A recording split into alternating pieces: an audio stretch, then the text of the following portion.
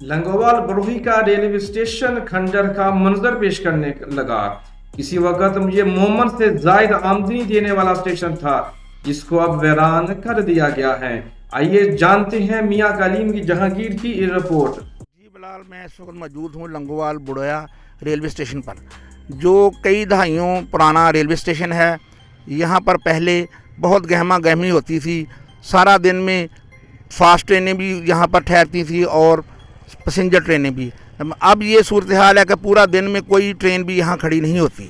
ये इसकी इमारत जो है स्टेशन की, ये भूत बंगला बना हुआ है।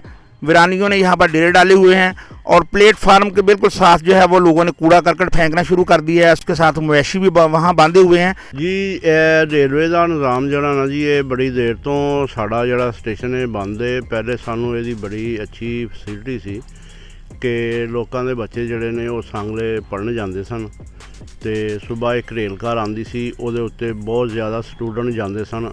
हुण लोग जड़े ने वो पैदल जाते ने या अपनी कन्वेंस जड़ी है ना वो इस्तेमाल करते हैं, तो बहुत ज़्यादा प्रॉब्लम हैगी है। रिश्तेदारां नूं मिलन वास्ते फैसलाबाद या लाहौर जाना पे तो सानू बहुत मुश्किलात ने।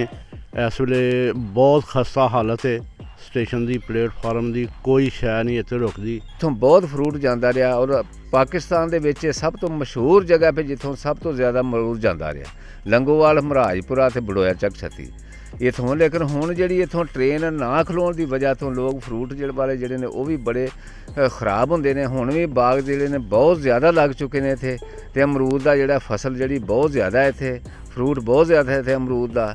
ਤੇ ਲੇਕਿਨ ਹੁਣ ਇਹਦੇ ਵਾਸਤੇ ਸਹੂਲਤ ਸਾਨੂੰ ਕੋਈ ਨਹੀਂ ਵੀ ਅਸੀਂ ਅੱਗੇ ਲੈ ਕੇ ਜਾ ਸਕੀਏ ਜਾਂ ਕਿਸੇ ਮੰਡੀਆਂ 'ਚ ਪਹੁੰਚਾ ਸਕੀਏ।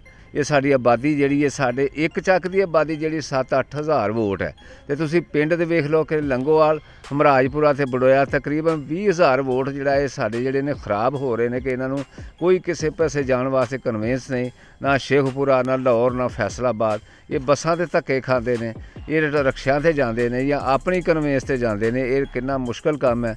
ਇਹਨਾਂ ਨੂੰ ਕੋਈ ਸਹੂਲਤ ਦਿੱਤੀ ਜਾਵੇ, ਕੋਈ ਟ੍ਰੇਨਾਂ ਇਹਨਾਂ ਵਾਸਤੇ ਖਿਲਾਰੀਆਂ ਜਾਣ ਕੇ ਜਿਹੜਾ ਅੱਗੇ ਪਿੱਛੇ ਜਾਣ ਵਾਸਤੇ ਇਹਨਾਂ ਦੀ ਸਹੂਲਤ ਜਿਹੜੀ ਇਹਨਾਂ ਨੂੰ ਮੁਹੱਈਆ ਹੋ ਸਕੇ। ਸਾਡਾ ਸਟੇਸ਼ਨ ਜਿਹੜਾ ਨਾ ਜੀ, ਇਹ ਬਹੁਤ ਇਹਦੀ ਖਸਤਾ ਹਾਲਤ ਹੈ। ਪਰਲੇ ਪਾਸੇ ਵੇਖੋ ਸਾਰਿਆਂ ਦੇ ਦਰਵਾਜ਼ੇ ਟੁੱਟੇ ਨੇ, ਖਿੜਕੀਆਂ ਟੁੱਟੀਆਂ ਨੇ, ਇੱਟਾਂ ਲੋਕ ਜਿਹੜੀਆਂ ਚੁੱਕ ਕੇ ਲਈ ਜਾਣ ਡੇ ਨੇ। ਸਾਡਾ ਜਿਹੜਾ ਮੁਸਾਫਰਖਾਨਾ ਇਹਦੀ ਜਿਹੜੀ ਆਪਣੀ ਮਦਦ ਆਪ ਦੇ ਤਹਿਤ ਤਾਂ 3-4 ਦਫਾ ਇਹਦੀ ਰਿਪੇਅਰਿੰਗ ਕਰ ਚੁੱਕੇ ਹਾਂ ਕਿ ਜਿਹੜਾ ਥੱਲੇ ਸਰੀਆ ਜਿਹੜਾ ਉਹ ਨਜ਼ਰ ਆਉਣ ਡਿਆ। ਅਤੇ ਹੁਣ ਵੀ ਵੇਖੋ ਤੇ ਮੁਸਾਫਰਖਾਨਾ ਜਿਹੜਾ ਇਸ ਤਰ੍ਹਾਂ ਵੀ ਜਿਵੇਂ ਡਿੱਗਣ ਦੇ ਕਰੀਬ ਹੈ। ਲੇਕਿਨ ਬੈਂਚ ਜਿਹੜੇ ਨੇ ਅਸੀਂ ਆਪਣੀ ਮਦਦ ਆਪ ਦੇ ਤਹਿਤ ਇੱਥੇ ਰੱਖੇ ਹੋਏ ਨੇ ਕਿ ਲੋਕ ਚਲੋ ਆ ਜਾ ਕੇ ਕੋਈ ਲੰਘਦਾ ਟੱਪਦਾ ਜਿਹੜਾ ਰਾਹੀ ਮੁਸਾਫਰ ਬਹਿ ਜਾਂਦਾ। ਮਸਜਿਦ ਅਸੀਂ ਆਪਣੀ ਮਦਦ ਆਪ ਦੇ ਤਹਿਤ ਬਣਾਈ ਹੈ। ਇੱਥੇ ਜਿਹੜੀ ਫਰੂਟ ਦਾ ਜਿਹੜਾ ਇੱਥੇ ਬਹੁਤ ਵੱਡਾ ਨਿਜ਼ਾਮ ਹੁੰਦਾ ਸੀ ਕਿਸੇ ਦੌਰ 'ਚ। ਫਿਰ ਲੰਗੋਵਾਲ, ਬੜੋਇਆ ਅਤੇ ਹਮਰਾਜਪੁਰਾ, ਇਹਨਾਂ ਤਿੰਨਾਂ ਪਿੰਡਾਂ ਦਾ ਫਰੂਟ ਜਿਹੜਾ ਇੱਥੋਂ ਟ੍ਰੇਨ 'ਤੇ ਇੰਨਾ ਚੜ੍ਹਦਾ ਸੀ ਵੀ ਤਕਰੀਬਨ 250-250 ਡੱਲ ਜਿਹੜੀ ਮਣ 1.5 ਮਣ ਉਹਦਾ ਵਜ਼ਨ ਹੁੰਦਾ ਸੀ, ਉਹ ਚੜ੍ਹਦੀ ਰਹੀ ਹੈ। ਲੇਕਿਨ ਅੱਜ ਉਹ ਮੌਕਾ ਹੈ ਵੀ ਇੱਥੋਂ ਇੱਕ ਟੋਕਰੀ ਵੀ ਨਹੀਂ ਚੜ੍ਹ ਸਕਦੀ, ਨਾ ਕੋਈ ਟ੍ਰੇਨ ਖਲੋਂਦੀ, ਨਾ ਕੋਈ ਸਹੂਲਤ ਹੈ ਕਿ ਜਿਹੜੇ ਲੋਕ ਜਿਹੜੇ ਨੇ ਆਪਣੇ ਫਰੂਟ ਦਾ ਜਿਹੜਾ ਇੰਤਜ਼ਾਮ ਕਰ ਸਕਣ, ਕਿਸੇ ਮੰਡੀਆਂ ਨੂੰ ਭੇਜ ਸਕਣ। हुकूमत पंजाब अगे रिक्वेस्ट है कि मैं एक अनपढ़ बंदा वां, लेकिन मैं अनपढ़ बंदा होने के बावजूद इन्नी क साइंस रखना कि साडा बड़ोया चक 36 आर्मी का जो स्टेशन है ना, इन्हां तो इन्ना क फ्रूट चढ़दा है कि पंजाब दे विच इहदा रिकॉर्ड सी। कुंदियां तक, कशाब तक, जोराबाद तक इत्थों फ्रूट जांदा सी, पिंडी जांदा सी। अज साडे वास्ते कोई कन्वेंस को नहीं कि साडा फ्रूट शेखपुरे तक जा सके। तो मेहरबानी है वजीरे आला पंजाब अगे भी और वजीरे आला अगे भी कि सानू कोई ना कोई इत्थे ना ट्रेन दी जाए। यहाँ पर कोई ट्रेन नहीं ठहरती। यहाँ पर पहले भी स्टेशन मास्टर जो है कोई नहीं था, यहाँ पर गवर्नमेंट की तरफ से ख़त्म हो गया था। फिर हमने अपनी मदद आपके तहत यहाँ पर एक स्टेशन मास्टर बैठाया जो सारी प्लेटफार्म की देखभाल करता था और टिकटें वगैरह भी वो देता था। अगर अब भी ऐसा ही कोई इंतज़ाम कर दिया जाए तो हम दोबारा इस रेलवे स्टेशन को चलाने के लिए बिल्कुल तैयार हैं और गवर्नमेंट से हम तावन की अपील करते हैं कि वो कोई एक हमें ट्रेन जो है सुबह को एक दे दें, एक शाम को बेशक दे दें।